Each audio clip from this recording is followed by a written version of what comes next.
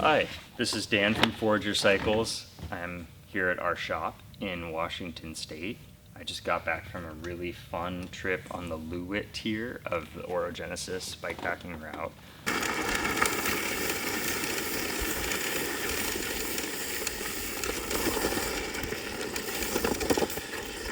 And I'm going to do a little video here that is an intro to packing a lighter weight bike. A big message that I want to get across is that this isn't about speed or winning races. This is purely to just be having more fun while I'm out there riding.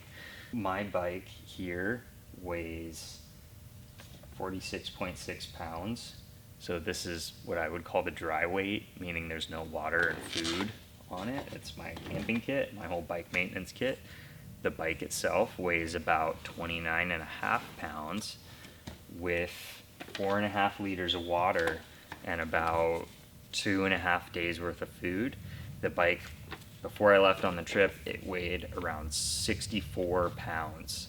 So that will give you an idea of how much everything weighs, all the different parts of the kit. And you can figure that out just standing on a bathroom scale and doing a little simple math, standing on the scale with your bike and then without your bike and subtracting your own weight from the number with your bike. And on a more like micro scale, I look at the weights. I look at the weights on, if it's on the package itself, like stove fuel canisters say what they weigh in grams.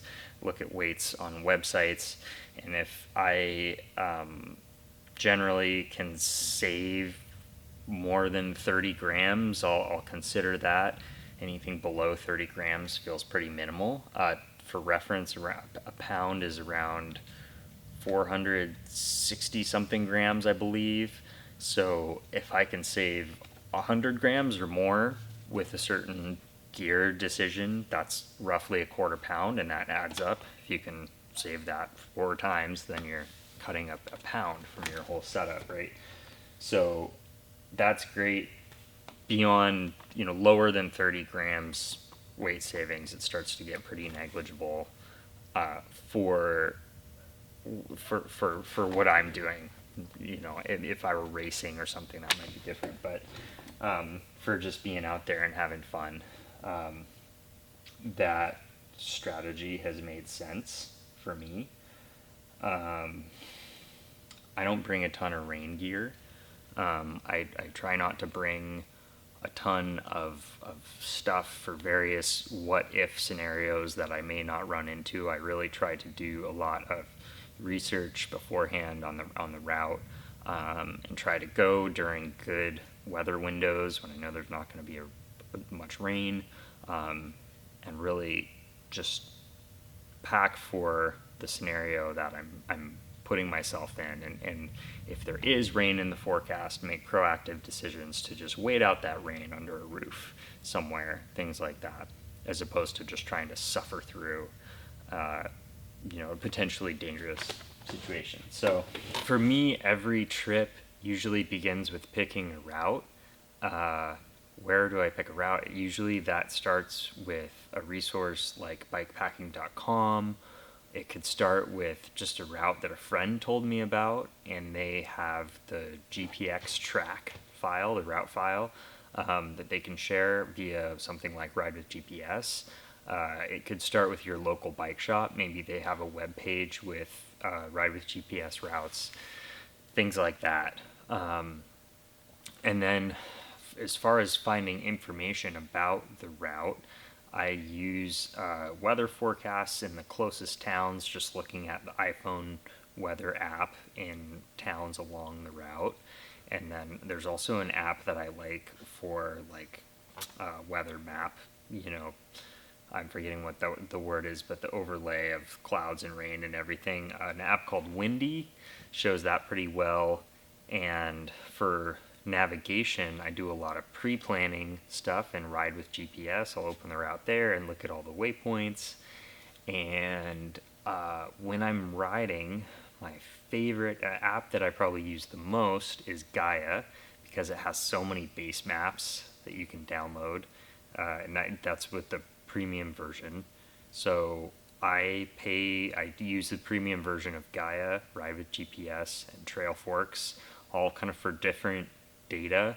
Trailforks, for example, typically will have the most up-to-date reports, like trip reports from people who have actually recently been on the trails that you're going to be out there on. Ride with GPS, I really like their elevation profile mapping.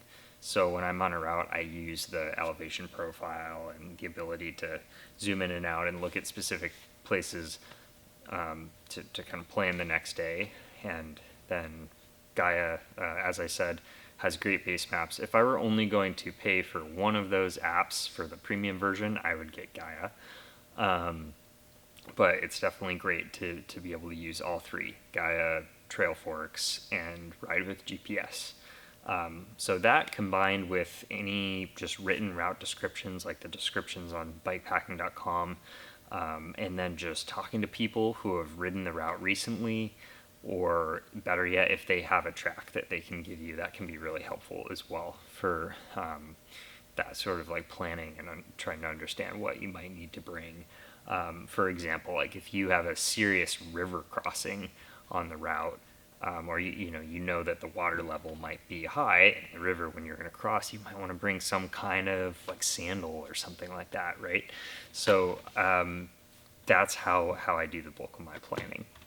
Okay, I hope you enjoyed that, and I'll do another video in the future on all the gear that I brought along with this trip. That's just this is everything that I packed, and another video on what my toolkit, repair kit, spares kit was as well.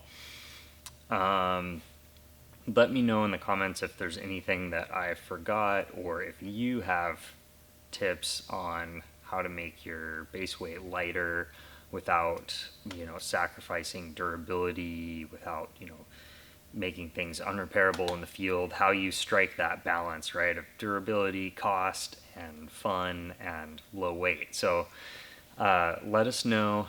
Also, if you know what your base weight is, let us know that. There's a lot of info out there on through hiking and ultralight backpacking, but I find not nearly as much on bike packing and how to have a lightweight kit when you're bike packing. And of course there's some crossover with backpacking, but it's nice to hear in the bike packing context with racks and everything. So I hope you found that helpful. I'll drop a link to a base weight calculator Google Sheet in the description, and we'll see you next time. Thanks.